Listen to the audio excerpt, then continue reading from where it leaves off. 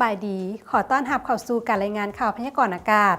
ที่ห้องข่าวกรมอุตุนิยมและโทรศาสตร์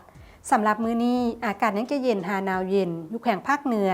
แขวงไส้สมบูรณ์และเขตภูเพียงบ่อละเวนเฮามาเบิ่งรูปภาพดาวเทียมมื้อนี้กันเลยว่าจะเป็นแนวใด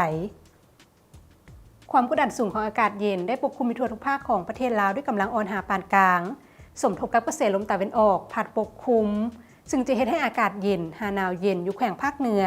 แขวงไส้สมบูรณ์และเขตภูเพียงบ่อละเวนและยังจะมีฝนตกฟ้าห้องฟ้าเลื่อมในระดับคอยหาปานกลางและมีลมพัดแรงอยู่บางท้องถิ่นต่อไปเฮามาติดตามสภาพอากาศโดยรวมของแต่ละภาคมื้อนี้นำกันเลยภาคเหนือด้านตะวันออกอากาศยังจะเย็นหาหนาวเย็น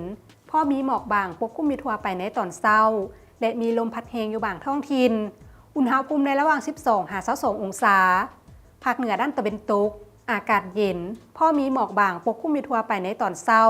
และจะมีลมพัดแรงเป็นบางโอกาสอุณหภูมิในระหว่าง15-30องศา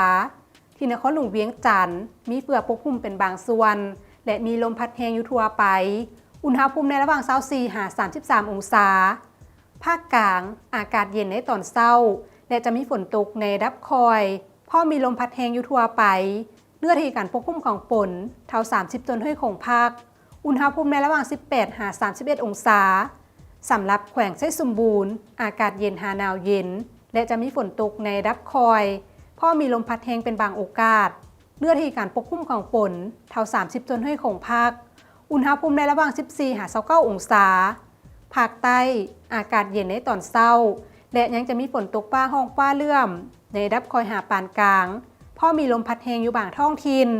เนื้อที่การปกคลุมของฝนเท่า50ต้นห้วยของภาคอุณหภูมิในระหว่าง22-25องศา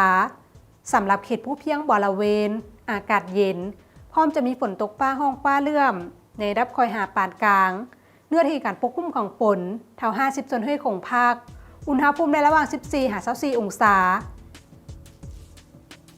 ท่านผู้ชมที่เคารพมาฮอดนี้การรายงานข่าวพยากรณ์อากาศก็ได้หมดเวลาลงแล้วท่านสามารถติดตามชมโดยผ่าน Facebook หรือ YouTube ที่ขึ้นตามหน้าจอนี้ขอขอบใจสำหรับการรับชมข่าวพยากรณ์อากาศแล้วพบกันใหม่ในมื้ออื่นสำหรับมื้อนี้ขอกล่าวคำว่าสบายดี